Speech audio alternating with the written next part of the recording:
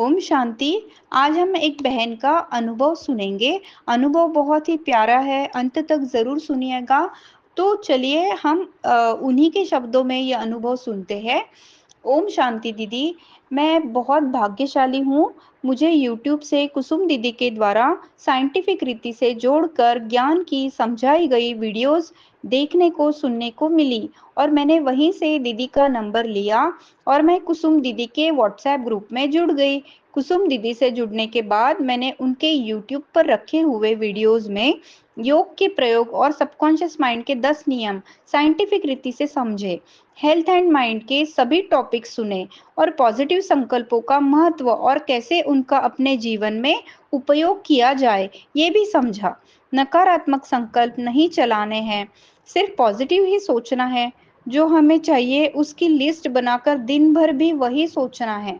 कुसुम दीदी की दिनचर्या मंचर्या ग्रुप से माइंड की प्रोग्रामिंग बदली और हर घंटे मन को पॉजिटिव संकल्पों से चार्ज किया, अपने आप को व्यस्त रखा और जब भी कभी नेगेटिव बातें आई तो 3 बार कैंसिल करके पॉजिटिव संकल्पों से भरा। कुसुम दीदी ने बहुत मेहनत की है और ज्ञान को बहुत सरल रीति से समझाया है और परमात्मा के बच्चों को ये ज्ञान आप सिखा रहे हो। आप ऐसे ही सबका भला करते रहे, खुद भी आगे बढ़े और हमें भी आगे बढ़ाते रहे। तो मैं अपना अनुभव आप सभी के साथ शेयर कर रही हूँ। मुझे सेंटर पर समर्पित होना था, लेकिन घर वालों ने मेरी जबरदस्ती शादी करवा दी और फिर ससुराल में बहुत टॉर्चर के कारण गहरा डिप्रेशन हो गया था मुझे। मैं जिंदा थी लेकिन मुर्दे के समान ही हो गई थी।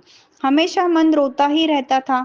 फिर पति मुझे बच्चे के साथ मायके छोड़कर चले गए।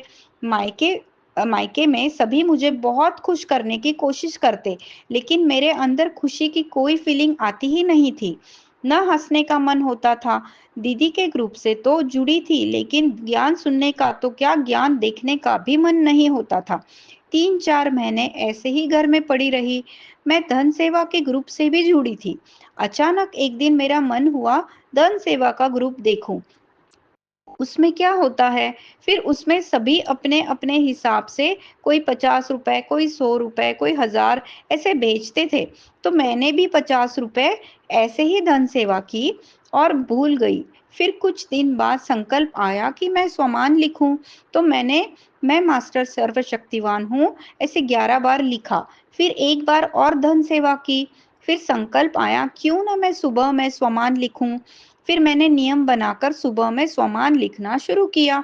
उसके बाद फिर 108 बार लिखने का संकल्प आया, तो वो भी किया। फिर संकल्प आया कि सुबह, दोपहर और रात को सोने से पहले 108 बार लिखूं, तो वो करने लगी। मन नहीं करता, फिर भी सोचती कि इसी तरह अगर बैठी रही और पिछली बातें सोचती रही तो एक दिन पागल हो जाऊंगी। फिर बच्चे का क्या होगा। और तब तक तो मुझ में थोड़ी सोचने की शक्ति भी आ गई थी। फिर मुझे ट्यूशन पढ़ाने का भी ऑफर आया, मैंने वो भी किया। तो मुझे फर्स्ट आमदनी 400 रुपए मिली। मैंने उसका 10% 40 रुपीज धन सेवा की और एक लंबे अरसे के बाद बिल्कुल थोड़ी सी खुशी आई, लेकिन उस टाइम के लिए इतनी खुशी काफी थी। ये सब करते हुए मुझे 3 से 4 महीने और निकल गए। फिर तो मैंने दीदी की सारी वीडियो, ग्रुप में आने वाले रोज के प्रश्न के उत्तर, यूट्यूब पर रखे अनुभव सभी सुनने लगी। हमेशा ही वायरलेस हेडफोन लगाकर सुनती ही रहती थी और फिर मुझे लगा कि अब मैं धीरे धीरे जिंदा हो रही हूँ। घर वालों के साथ बैठना, बातें करना अच्छा लगने लगा और धन सेवा भी नियम से करती रही। और ट्यूशन में भी इतने बच्चे आने लगे कि मुझे उनको संभालने के लिए भी एक आदमी को रखना होता। मेरा योग नहीं लगता था, लेकिन मैं रोज शमा की कमेंट्री सुनती और वैसा ही अपने मन में दोहराती। घर वाले भी बोलते कि ये क्या लिखती रहती है और दिन भर क्या सुनती रहती है, ये शायद पागल हो रही है। लेकिन मुझे अंदर से पता था कि अब मैं पागल से ठीक हो रही हूँ। फिर घर वाले इस सब पर रोक लगाने लगे, तो मैं ये सब छुप छुप कर करने लगी। समझाने से वो लोग नहीं समझते थे। फिर मुझे एक अच्छे जॉब की ऑफर आई और मैंने वो करने लगी। इससे बच्चे भी पढ़ सके और मैं भी अपना कुछ खर्चा निकाल निकाल पाई। कुसुम दीदी ने बताया कि योग के प्रयोग की विधि अच्छी रीति समझकर युगल को सकाश दो। जैसा घर संसार चाहिए वो लिस्ट बनाओ और क्षमा की कमेंट्री के बाद वो लिस्ट दोहराओ। तो फिर ऐसा कुछ सिचुएशन आई कि युगल को अपनी गलती का एहसास हुआ और वो सामने से क्षमा मांगकर मुझे और मेरे बच्चे को अपने साथ ले गए। और अब मैं 2 साल से ससुराल रह रही हूँ, लेकिन अभी तक कोई प्रॉब्लम नहीं आई है और मेरा जीवन खुशहाल हो गया है। जब मैं स्वमान लिख रही थी तो मैं दिन में 3 टाइम लिखती, कभी कभी 4 टाइम भी लिखती, 108 टाइम्स, और रात को सोने से पहले तो जरूर लिखती। जैसे जैसे अवस्था अच्छी होती गई, फिर दीदी के वीडियो सब भी सुनने शुरू किए। ये धीरे धीरे हो सका और मुझे लगभग 1 साल लगा पूरी तरह ठीक होने में। सिर्फ सोमान लिखने से नहीं, साथ में धन सेवा, योग और योग का प्रयोग दीदी के चैनल पर रखे सारे वीडियोस ने भी बहुत मदद की। धन्यवाद शिव बाबा और धन्यवाद कुसुम दीदी। अगर आप ज्ञान को साइंटिफिक रीति से, कुंडलिनी चक्र की रीति से समझकर ज्ञान में आगे बढ़ना चाहते हैं, अपने जीवन में मनचाही सफलता प्राप्त करना चाहते हैं, तो आप दीदी के व्हाट्सएप ग्रुप से ज्वाइन हो सकते हो। दीदी का नंबर है 8780062449। ओम शांति। शांति।